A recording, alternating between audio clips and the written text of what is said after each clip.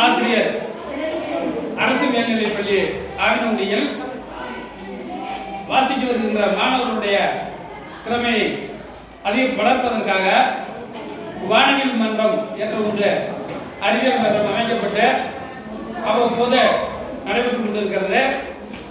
அந்த வகையில் 5/9/2024 ஆகிய இன்று வானவில் மன்றத்தில் மாணவர்களுடைய அறிவு வளர்ச்சியை தூண்டுவதற்காக நடமாடும் மெழுகுவர்த்தி சீசா என்ற சோதனையும் காகித ஹெலிகாப்டர் என்ற சோதனையும்